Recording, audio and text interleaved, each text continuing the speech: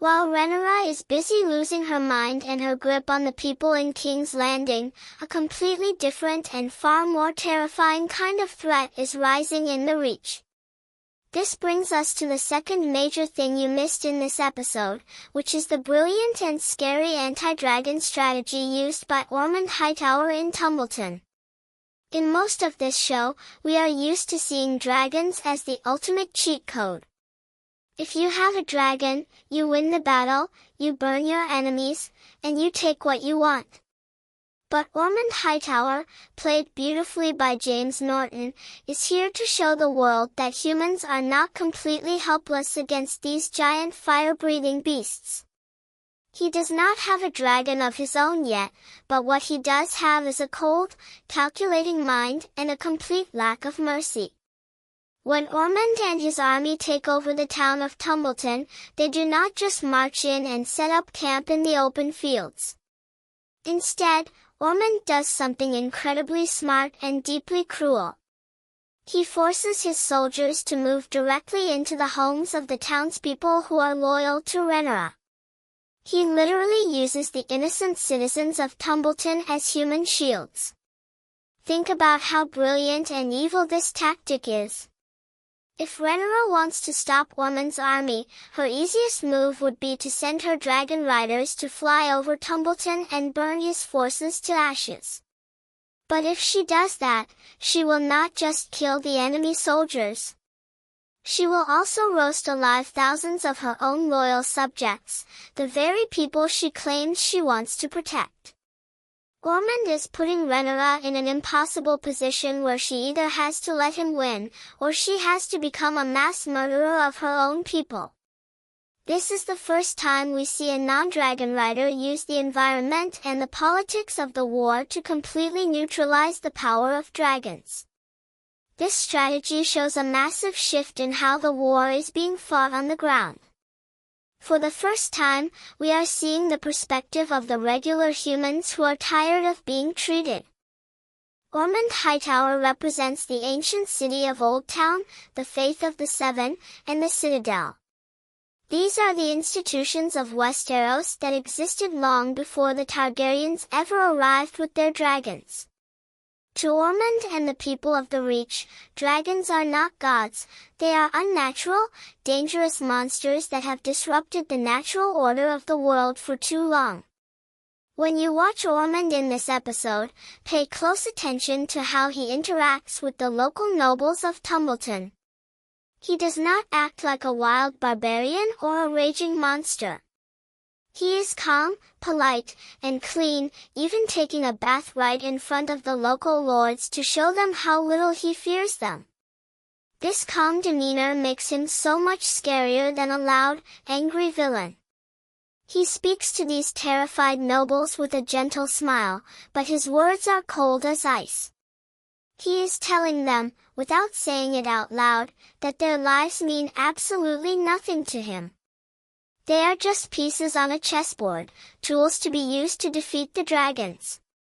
This quiet, polite cruelty is a perfect reflection of how the Hightowers operate.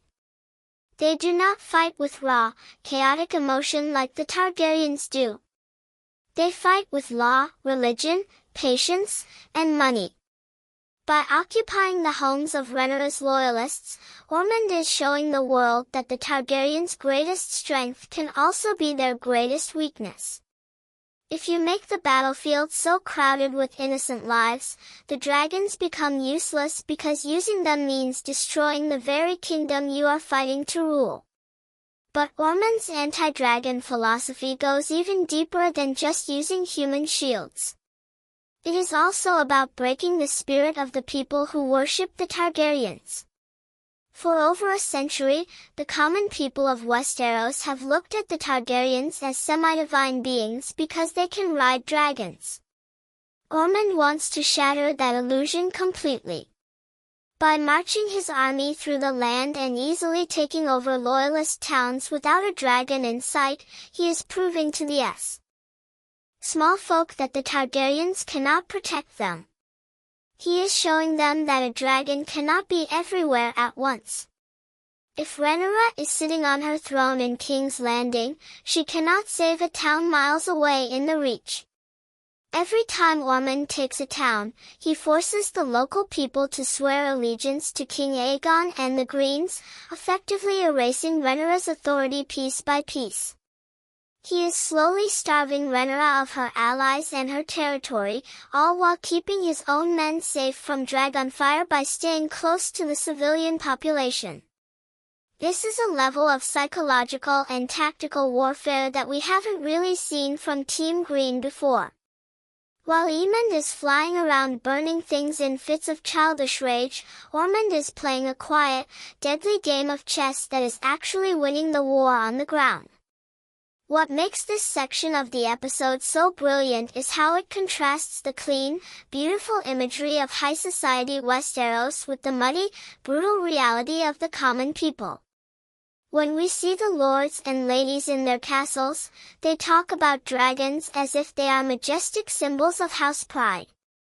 But when we look at Tumbleton through Ormund's eyes, we see what a dragon actually represents to the average person: total, indiscriminate destruction. Ormund's presence in Tumbleton is a constant reminder that the real victims of the Dance of the Dragons are the people who don't even have a horse, let alone a dragon. By forcing his way into their homes, Ormund is making the small folk realize that no matter who wins this war, their lives are going to be ruined. If the Greens stay, they are occupied by a hostile army. If the Blacks come to rescue them, they will likely be burned alive by dragonfire. It is a hopeless, tragic situation that perfectly captures the anti-war themes that George R. R. Martin loves to write about. Ormund Hightower is not a hero, but he is a genius. He has figured out how to turn the Targaryens' greatest weapon against them by using their own claim to the throne, the idea that they are the protectors of the realm, as a cage to trap them. This ground-level war is also incredibly important because it sets up the massive, tragic events that are going to happen at Tumbleton later in the story. If you have read the books, you know that Tumbleton is destined to become one of the bloodiest, most horrifying battlefields in the entire history of Westeros. By spending so much time showing us the details of Ormund's occupation now, the showrunners are making sure we care about the place and the people before the real horror begins. We get to see the fear in the eyes of the local citizens, the tension in the air, and the cold calculation of the Hightower officers. It makes the world feel incredibly real and alive.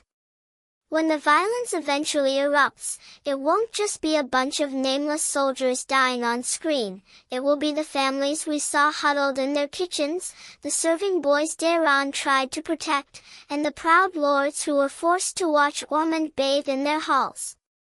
This is masterclass storytelling that uses slow, quiet build-up to make the eventual payoff hit 10 times harder. Finally, Ormund's actions in this episode highlight a major problem with Rhaenyra's leadership.